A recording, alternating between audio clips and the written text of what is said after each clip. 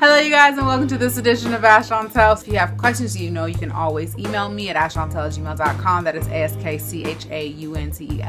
I post a new video every Sunday, and I also post bonus videos, so if you haven't subscribed or hit that notification bell, you don't forget to do that so you don't miss another one. All right, so Lindsay wants to know, how can she avoid marriage mistakes that people make when they first get married? 50% of marriages fail in the US, and there's a lot of things that people do wrong. So I'm here today to talk to you about what you can do to make better choices in your marriage. You don't want to make these 5 mistakes. Let's get into it. Hi guys. My name is Chauntel from askchauntel.com. These are my 2 girls, Selena and Edith. I am a Christian mom and wife and a relationship expert, and I'm here to inspire women to have healthy lives and healthy families. Welcome to our channel, and we hope that you love the video. Marriage is work. It's lots of fun, and it's also lots of work. You have to put time into it. Relationships take time and effort. With all that being said, the first thing that I want to tell you is don't keep it in.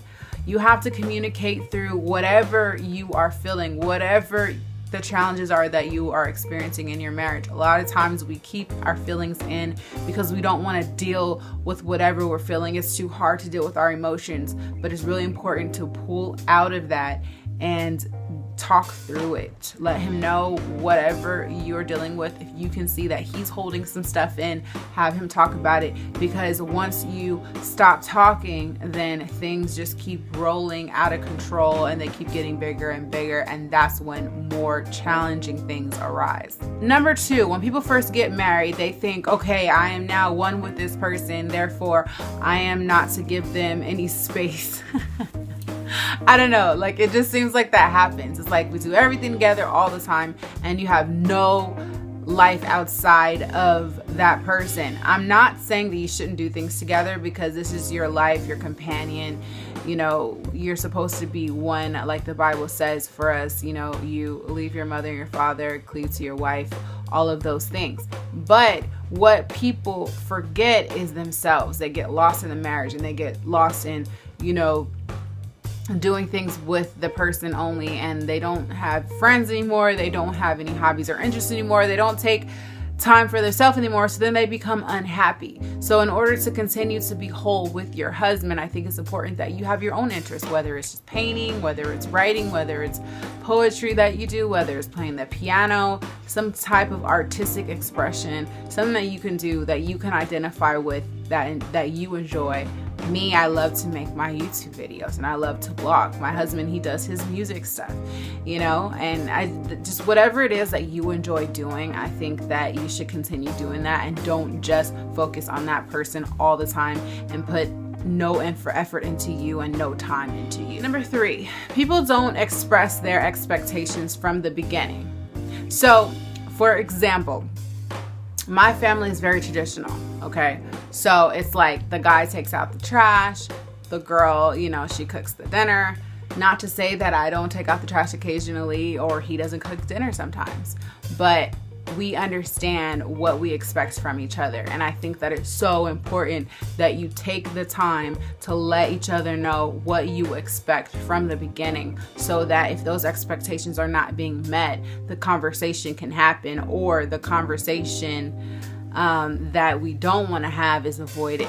All right, so express those expectations from the beginning of the marriage. Number 4, a lot of times families, your extended family, your immediate family that you just came from, may not mesh 100% with this newfound marriage and love that you have become a part of. And there's problems with mother-in-laws and father-in-laws and sisters and brothers and aunties and uncles and all this kind of stuff. And so then a lot of times people separate from their spouse to go to the Thanksgiving or the Christmas or the birthday or whatever. But on the occasions that you can do things together, especially the big ones, you should do things together. It's understandable that every single holiday or every single situation, every single big birthday party may not include both of you. but you should be striving to do things together. Family is supposed to bring us together, right? Not separate us from each other. So I think it's important that you really try to bring the families together, because otherwise there's going to be a lot of pain on both sides of that equation, and you don't want that in your marriage, especially from the beginning. All right, so my fifth and last tip is don't let other people dictate what you do in your marriage. I think it's very important to seek wise counsel, as the Bible says, and there are people out there that you can take wisdom from and you can receive advice from and you can lean on, okay? But you do not want to allow other people's thoughts to get into your marriage and dictate what you do and what's expected of you. For example, something like having children, okay? A lot of times when you first get married, people expect for you to have kids right away. And then after you have the first one, then they expect for you to have the second one right away. So you have to be able to balance that out and know when is the right time for you, and when is the right thing or time, whatever the situation that you are talking about or you're experiencing, whatever the expectation is, that it's good for you and your husband. You don't want to let other people's ideals get in the way of what you guys have, because as I mentioned before, the Bible says to leave your mother and father and cleave to your wife. It's not just talking about your mother and father, okay? It's also talking about just the situation, the circumstance, the community that you are a part of. So just think about that. And I hope that this helps you, Lindsay. If you guys have questions, please feel free to email me at askchauntel@gmail.com. Don't forget to like this video if you want to see more like this. Email me for more questions. Leave comments below on your favorite tip. What's something that you really identified with, or if there's any tips that I did not mention that you would like to, please leave them below. I have a newsletter I would love for you to become a part of, all right? And it is on askchauntel.com. You'll get some freebies from me. And if you would like to join my community on Facebook, Savvy Social Moms, once you join the newsletter, that information will be sent to you as well. I love you guys so much. Thank you so much for watching, and I'll see you soon. Hugs and kisses. You don't want to share all of your business, whatever's going on with you and your husband, to everybody and their mama, okay?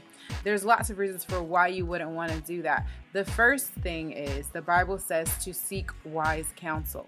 And that means that when you are asking for advice, make sure that the person that you're asking advice from or that you're sharing information with is wise. Wisdom is from God.